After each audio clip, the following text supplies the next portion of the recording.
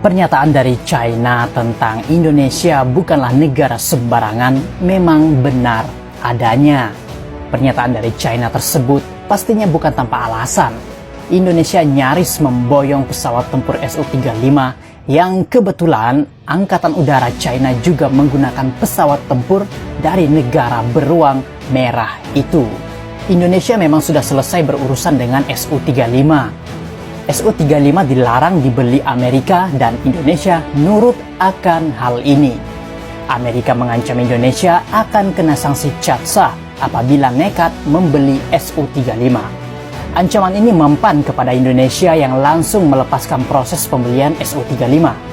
Negara kita batal membeli pesawat itu dan menangguhkan semua prosesnya meski kontrak masih aktif. Amerika memang tak ingin negara-negara di dunia membeli alutsista dari Rusia. CAATSA dibuat sejak zaman pemerintahan Donald Trump yang jengkel atas kelakuan Rusia di Crimea pada tahun 2014.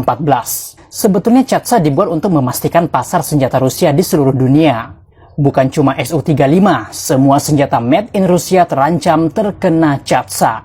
Sialnya lagi, Indonesia bukan cuma mau beli Su-35. Negara kita juga mengincar alutsista lain dari Rusia seperti tank amfibi dan helikopter.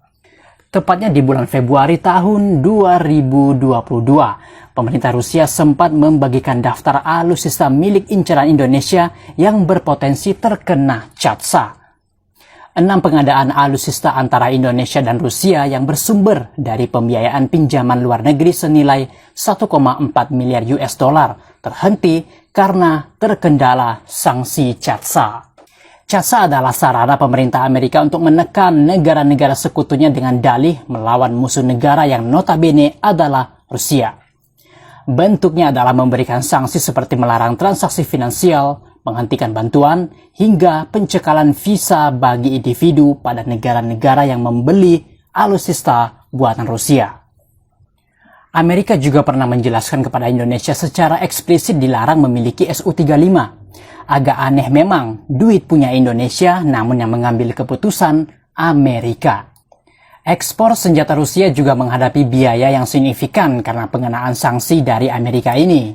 Pada bulan Juni tahun 2021, Kepala FSMTC Dmitry Sugayev menyatakan bahwa Rusia menghadapi tekanan yang belum pernah terjadi sebelumnya dan menyaksikan bahwa mitranya Indonesia juga berada di bawah tekanan yang sangat serius. Rusia muncul untuk mencoba menjauh dari melakukan transaksi dalam dolar US untuk mengurangi eksposur ke Amerika sanksi.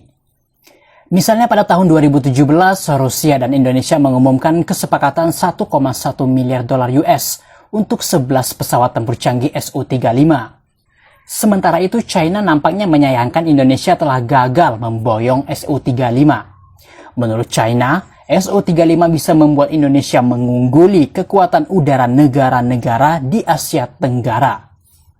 Militer Indonesia memiliki taring tajam dengan Su-35 dan jadi negara dengan kekuatan udara terkuat. Menurut China, Su-35 adalah pesawat yang sangat berat. Pesawat tempur ini secara alami jauh lebih unggul dari F-16 dalam hal efektivitas tempur dan bahkan lebih baik dalam hal daya dukung bom.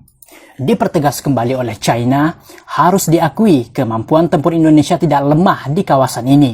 Bahkan di dunia, Indonesia jauh lebih unggul dari negara-negara kecil biasa.